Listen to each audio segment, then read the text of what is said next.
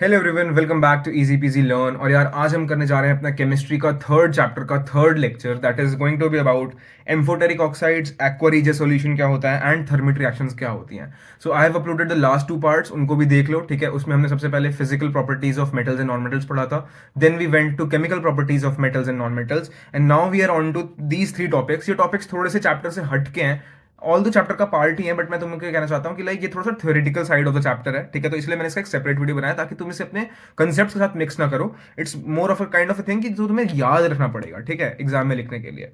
तो बिना किसी देरी के यार शुरू करते हैं। Today is 11th January and today we will try कि हम एटलीस्ट 2 लेक्चर्स करेंगे। ठीक है, अबाउट नंबर 1 ये 3 topics and then we'll go to electronic configuration वाला पार्ट। ठीक है, so soon after this video is getting uploaded you will have the next video also. So make sure कि आप आज का पेस थोड़ा सा हाई करके यू मेक श्योर कि यू वॉच बोथ। एंड क्योंकि ये टॉपिक्स बहुत ही थ्योरेटिकल है, बहुत ईजी हैं, सो आई थॉट आज हम 2 वीडियोस करेंगे, नॉट जस्ट वन। ओके, तो चलो जी स्टार्ट करते हैं मेटल्स एंड नॉन मेटल्स का ये थर्ड लेक्चर, जिसमें हम पढ़ने वाले हैं amphoteric oxides, aqueous solution क्या होता है एंड थर्मिट रिएक्शंस क्या होती हैं। ठीक है, तो सबसे पहले देखो मैं तुम्हें बताता हूँ एम्फोटेरिक ऑक्साइड्स। इस पूरे ही कॉन्सेप्ट को समझने के लिए तुम्हें सिर्फ एक मीम समझना होगा and I think most of you have watched it. Ashneer Grover को सब जानते हैं। ठीक है, ये सब दोगलापन है। ठीक है, अब दोगलापन कैसे है, let me tell you.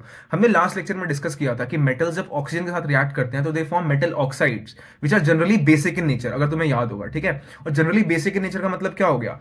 Basic है भैया, इसका मतलब एसिड के साथ रिएक्ट करेगा और एसिड के साथ रिएक्ट करेगा तो बेस और एसिड मिलके सॉल्ट और वाटर बनाएंगे। That is true. ये हमने एसिड बेसिस एंड सॉल्ट्स में भी पढ़ा था चैप्टर नंबर 2 में। अगर आपने जाके नई वीडियो देखी है तो गो एंड वॉच इट, उसमें 2 वीडियोस में आपका पूरा लेक्चर खत्म है। ठीक है, now coming back amphoteric oxides क्या होते हैं। देखो एम्फोटेरिक ऑक्साइड सबसे पहले देखो किन की बात हो रही है। ये बात हो रही है मेटल ऑक्साइड्स की। ठीक है, मेटल ऑक्साइड्स की बात हो रही है। ये देखो यहाँ पे मेटल ऑक्साइड लिखा हुआ है।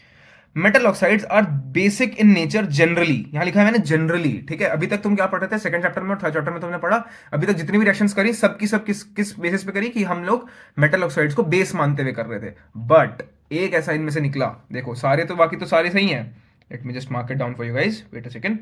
ये देखो magnesium oxide, copper oxide, sodium oxide, potassium oxide, aluminium oxide, zinc oxide, ये सारे के सारे क्या है, बेसिक इन नेचर है। बट इसमें से एक जो है दिस वन, देखो मैं मार्क कर रहा हूं, देखो इसे, दिस वन, ये कौन सा है, Al2O3। एल्यूमिनियम ऑक्साइड जो है ये बेसिक नेचर भी दिखाता है और एसिडिक नेचर भी दिखाता है। ठीक है, ये दोनों नेचर शो करता है। मतलब एक ऐसा मेटल ऑक्साइड जो बेसिक नेचर भी दिखाए और एसिडिक नेचर भी दिखाए, वो क्या होता है हमारा, क्या होता है, वो होता है हमारा एक एम्फोटेरिक ऑक्साइड कहलाता है। वो क्या कहलाता है, एक एम्फोटेरिक ऑक्साइड कहलाता है। तो देखो यहाँ पे लिखा हुआ है Al2O3 की बात हो रही है। अश्विन कुमार साहब कह रहे हैं कि ये तो दोगलापन है। दोगलापन है मतलब वो एसिडिक नेचर भी दिखा रहा है और बेसिक नेचर भी दिखा रहा है। अच्छा जी, भैया अगर ये एसिडिक नेचर भी दिखा रहा है और बेसिक नेचर भी दिखा रहा है तो क्या जब ये एसिडिक दिखाएगा तो बेस के साथ रिएक्ट करेगा और न्यूट्रलाइजेशन रिएक्शन हो जाएगी, वही सॉल्ट प्लस वाटर। और जब ये बेसिक नेचर दिखा रहा है तो ये एसिड के साथ रिएक्ट करके फिर से सॉल्ट वाटर बना देगा, वो भी न्यूट्रलाइजेशन रिएक्शन। मतलब भैया 2 तरह के सॉल्ट बन सकते हैं, एक एसिड से करा के भी बन सकते हैं, एक बेसिक से करा के भी बन सकते हैं। बिल्कुल सही बात है। तो आओ दोनों की रिएक्शन एक बार देख लेते हैं, ये आपके एनसीईआरटी में है, so that is why you have to study this. Okay, आ जाओ। Al2O3 हमने ले लिया। Al2O3 का जब हमने क्या किया, हमने उसे एसिड के साथ मिलाया, यानी कि इस समय हम उसका कौन सा नेचर यूज कर रहे हैं, उसका बेसिक नेचर यूज कर रहे हैं। आई hope this is very clear, हम उसका बेसिक नेचर यूज कर रहे हैं। तो इस समय Al2O3 कैसा है, बेसिक नेचर का है। ठीक है, this is our base, this is acting as base. हमने एसिड कौन सा लिया, HCl एसिड ले लिया। तो बेस प्लस एसिड क्या बन गया, ये बन गया मेरा salt AlCl3, aluminium chloride and water, salt plus water बाहर आ गया। ठीक है, सेम गोज फॉर दिस वाला केस। नीचे वाला केस देखो, अब केस नंबर 2। केस नंबर 2 क्या कहता है, हमने Al2O3 को साथ बेस के साथ मिलाया। बेस के साथ मिलाया, बेस कौन सा लिया हमने, NaOH लिया। ठीक है, और Al2O3 इस समय अगर सामने अगर बेस खड़ा है तो ये खुद कैसा एक्ट करेगा, ये एक्ट करेगा एसिडिक। ये कौन से नेचर का हो जाएगा इस समय, एसिडिक नेचर का हो जाएगा। तो एसिड प्लस बेस गिव्स, ये बन गया आपका salt and this is your water as output. तो आज के बाद आपका कभी भी क्वेश्चन आए एम्फोटेरिक ऑक्साइड्स को लेकर, तो you have to just write one thing कि दोज मेटल ऑक्साइड, ये है क्या, ये एक मेटल ऑक्साइड ही तो है। देखो एल्यूमिनियम क्या एक मेटल है और ओ लग गया तो ये ऑक्साइड है। तो मेटल ऑक्साइड एक ऐसा मेटल ऑक्साइड जो एसिडिक और बेसिक नेचर दोनों शो कर सकता है, उसको हम बोलते हैं एम्फोटेरिक ऑक्साइड। ठीक है, I hope this is very clear. चलो आगे बढ़ते हैं। Next heading is aqua regia solution. Aqua regia solution क्या होता है, लाओ इसके आगे सॉल्यूशन भी लिख देते हैं। This is an aqua solution. क्या होता है aqua, it is a freshly prepared, मतलब एकदम ताजा ताजा बनाया है मिक्सचर किस किस का, कंसंट्रेटेड HCl और कंसंट्रेटेड HNO3। HCl क्या होती है, हाइड्रोक्लोरिक एसिड। क्या है, हाइड्रोक्लोरिक एसिड। ये क्या है, HNO3 क्या होता है, नाइट्रिक नाइट्रिक एसिड, ठीक है, अगर मैं हाइड्रोक्लोरिक एसिड और नाइट्रिक एसिड को मिला दूं, लेकिन ऐसे ही मिला दिया भैया, मतलब 1.5-2 ग्लास इसको ले लिया, 1.5-2 ग्लास इसको ले लिया, 2-4 बोतल उसको डाल दिया, ऐसे नहीं करेगा काम। स्पेसिफिक एक रेशियो में आपको मिक्स करना है, and that ratio is what, 3:1।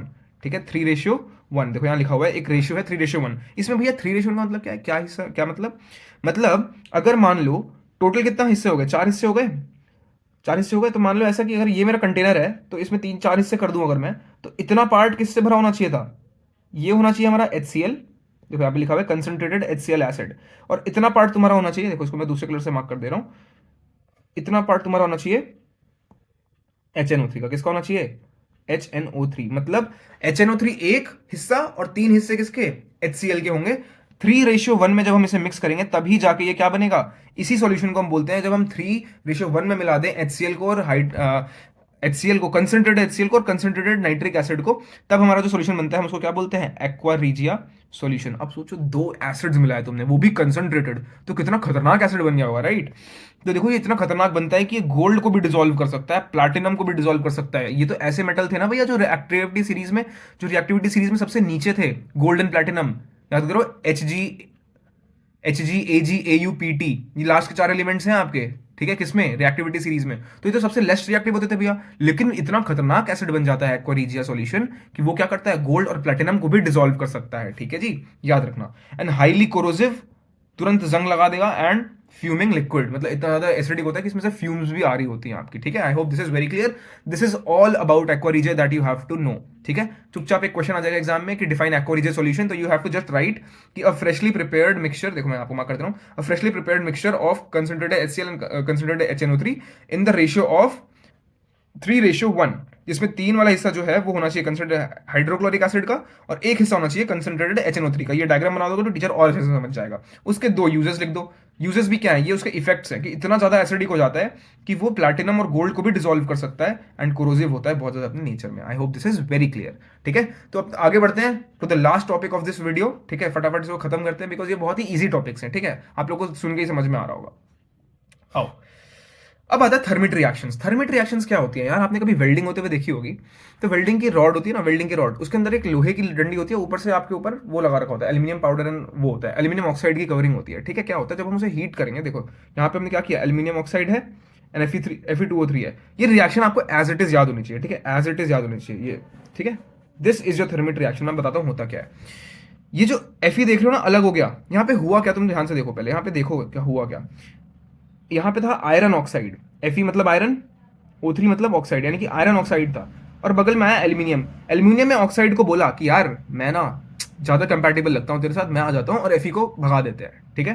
तो उन्होंने क्या किया, एल्यूमिनियम के साथ O3 आ गया, Al2O3 बन गया, और Fe साइड हो गया, Fe साइड हो गया। तो ये कौन सी रिएक्शन हुई, डिस्प्लेसमेंट रिएक्शन, याद करो पहले चैप्टर में पढ़ाई थी, ठीक है, डिस्प्लेसमेंट रिएक्शन। और साथ में निकल गया थोड़ा सा वाटर, ठीक है, और वो इवेपोरेट हो जाता है, क्यों, I am really sorry, this should not be water, this should be heat. यहाँ पे हीट नहीं आती, यहाँ पे वाटर नहीं आता है, यहाँ पे हीट आता है, ठीक है। I am really sorry about it, okay. तो देखो याद रखना, यहाँ पे इतनी हीट रिवॉल्व होती है, इतनी हीट इवॉल्व होती है कि इतना ज्यादा हीट की वजह से जो Fe होता है वो मेल्ट हो जाता है। Fe क्या है, आयरन। अब लोहा मेल्ट हुआ तो क्या, लोहा मेल्ट हो तुमने देखा होगा लाल रंग का एकदम, तो ये कहाँ पे यूज होता है, ये यूज होता है आपका, heat is used in railway tracks की रिपेयरमेंट में, और क्रैक्ड मशीन पार्ट्स, कोई क्रैक मशीन कोई के पार्ट क्रैक हो गया है, उसे वेल्ड कर दिया, जोड़ दिया, क्यों, क्योंकि इतनी ज्यादा हीट इवॉल्व हुई इस रिएक्शन में कि वो लोहा जो है वो पिघल के उस पूरे क्रैक को फिल कर लेगा, ठीक है, जुड़ जाएगी वो चीज, ठीक है। अरे जैसे आपकी हड्डी जुड़ती है, सोचो मशीन की भी, मशीन को ऐसे जोड़ा जाता है, ठीक है, वेल्डिंग। दिस बेसिकली वेल्डिंग के प्रोसेस को ही केमिकल रिएक्शंस के फॉर्म में बोलते हैं थर्मिट रिएक्शंस। थर्मिट रिएक्शन ही हो रही होती है वेल्डिंग के टाइम पे, ठीक है। हाईली एक्सोथर्मिक, जो आपको याद रखना है मैं मार्क कर दे रहा हूं, देखो जो याद रखने वाली चीज है, this is a highly exothermic reaction, पहली चीज। और हीट गिवन, जो यही से हीट निकलती है, वही हीट कहीं और से हीट नहीं लाते, वही हीट Fe को चेंज कर देती है, किसमें, अपनी ही मोल्टन स्टेट में चेंज कर देती है। तो यहाँ पे तुम इसको लिख सकते हो एक्वस, AQ, एक्वा स्टेट, ठीक है, दिस इज सॉलिड, ठीक है, एंड दिस इज यहाँ पे सॉलिड, एंड दिस इज यहाँ पे भी सॉलिड, ठीक है। I hope this is very clear, that is all for this lecture. अब हम देख लेते हैं एक बार कि नेक्स्ट लेक्चर में हमको क्या क्या करना है, ठीक है। नेक्स्ट एक लेक्चर में यार आपका होमवर्क रहेगा लेक्चर नंबर 4 के लिए, ठीक है। Take a break after this lecture, 10 minute का लेक्चर था, आई नो कि ज्यादा बड़ा नहीं था, फटाफट हो गया। Go take an break, and please class 9th के जाके किताब निकालो, क्लास 9th जाके किताब निकालो, और उस किताब से तुम्हें क्या पढ़ना है, वैलेंसी वाला चार्ट रिवाइज करना है, ठीक है, वैलेंसी वाला चार्ट, जिसमें एटम्स की वैलेंसीज, ठीक है, आयंस की वैलेंसीज और जो कंपाउंड आयंस की वैलेंसीज हैं वो सब उसमें लिखी हुई हैं, ठीक है। मैं अगले लेक्चर में वो चार्ट लेके भी आऊंगा, but please go and see it once, ठीक है, क्योंकि उसका बहुत ज्यादा काम है, क्योंकि नेक्स्ट लेक्चर में हम पढ़ने जा रहे हैं अबाउट इलेक्ट्रॉनिक कॉन्फ़िगरेशन। ये बहुत ही इंपॉर्टेंट टॉपिक है, बहुत ही इंपॉर्टेंट टॉपिक है, ठीक है। इसका क्वेश्चन 100% क्लास 10th में, 100%, 100% बोल रहा हूँ यहाँ पे, 100% क्वेश्चन यहाँ से आता ही आता है, कम से कम एक नहीं तो दो क्वेश्चन आते ही आते हैं। मतलब 3 to 5 मार्क्स का आपका यहाँ पे क्वेश्चन बन सकता है। 3 to 5 मार्क्स का क्वेश्चन आपका 100% लेक्चर नंबर 4 में से आएगा, I am guaranteeing you guys, ठीक है। Ionic compounds and electrolyte compounds. अब जब हम इलेक्ट्रॉनिक कॉन्फ़िगरेशन देख लेंगे तो हम देखेंगे कि उन्हीं कॉन्फ़िगरेशन की वजह से ये वाले कंपाउंड्स कैसे बनते हैं, ठीक है। I hope this is very clear. Go and revise this lecture, फिर जाके अपने वैलेंसी चार्ट्स को रिवाइज करो and get back to the next lecture and I will see you in the next one, ठीक है। टेक केयर, बाय बाय यार, पढ़ते रहो बढ़िया से, एकदम फोड़ना है ना। ये एम्पोटेरिक वाला आप याद रखना, दोगलापन, ठीक है, दोगलापन मैं मीम लेके आया था ताकि बच्चों को जल्दी याद हो जाए, पिक्चर्स दिमाग में ज़्यादा जल्दी याद होती हैं। एक्वारियस सॉल्यूशन वही 3:1, सबसे इंपॉर्टेंट वर्ड चीज मार्क कर रहा हूँ, 3:1। इन दोनों के नाम याद रखना, ठीक है, और इनके थोड़ा सा यूज याद रखना कि क्या क्या करते हैं, ठीक है। चलो जी, take care, bye bye and I will see you in the next one.